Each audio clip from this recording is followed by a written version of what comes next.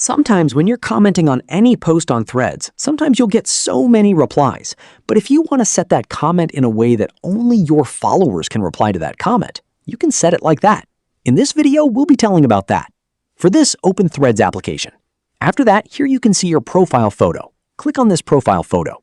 When you're clicking on that, here you can see Replies option. Click on Replies. When you're clicking on that, here you can see every post that you've commented on. For example, I'm selecting this post. And here you can see Comment button. Click on this button. When you're clicking on that, here you can see every comment.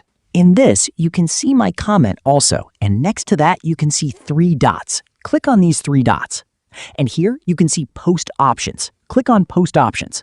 And here, you can see one option, Who can reply and quote. And under that, you can see so many options. Here, you can set it to your followers. That means only your followers can reply and quote to this comment.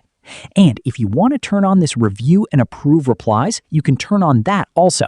After that, if you're approving that reply, only it will be shown. Or you can disable that. Anyways, I'm disabling it. After that, click on this Done button.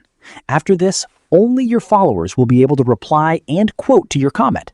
Hope this video was helpful for you. If you find it helpful, consider subscribing. See you in the next video.